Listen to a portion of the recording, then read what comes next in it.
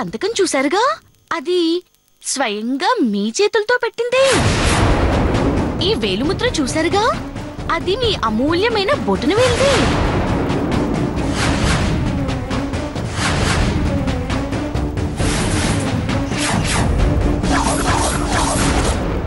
మోసం, దగ, కుట్ర అవి చేసేది మీరే.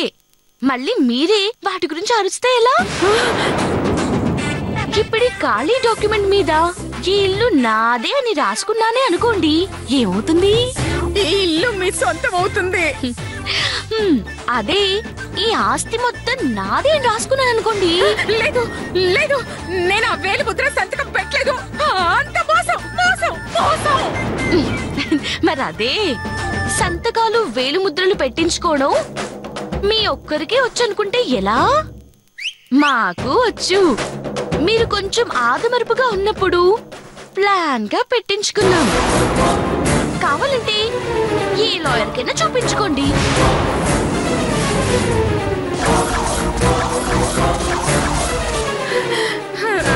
సారీ మధు, నీ విషయంలో చాలా తప్పు చేశాను. నీకు చాలా అన్యాయం చేశాను. దాన్ని మనసులో ఉంచుకుని ఇలా చేయటం ధర్మం కాదు. కొంచెం పెద్ద మనసు చేసుకుని నా డాక్యుమెంట్ నాకు ఇచ్చి నీ ఇల్లు నీకు ఇచ్చేస్తాను.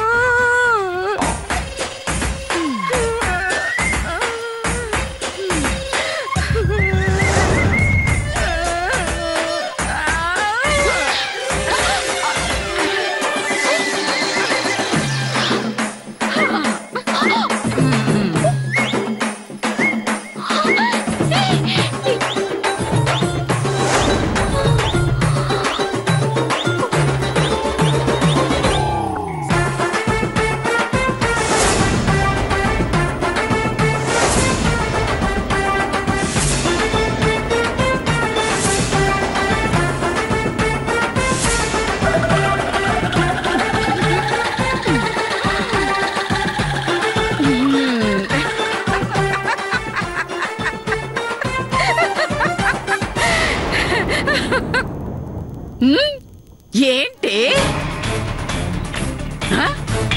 డాక్యుమెంట్ అడ్డు పెట్టుకుని నన్ను బ్లాక్ మెయిల్ చేస్తావా? నా ఇల్లు లాక్కుంటావా? ఏది ఇప్పుడు లాక్కు చూస్తాను. లాక్కు.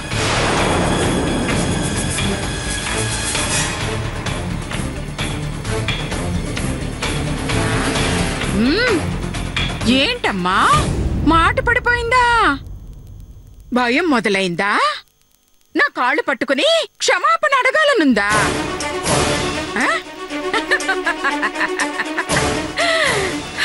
ఎంత కటింగ్ ఇచ్చావే, ఎంత బిల్డప్ కొట్టావే. ఈ అనసూయతోనే ఆటలా? ఇప్పుడేం చేస్తావే? ముత్యాల చెమ్మ చెక్క, రత్నాల చెమ్మ చెక్క, ముత్యాల చెమ్మ చెక్క, రత్నాల చెమ్మ చెక్క అని పాట పడతావా?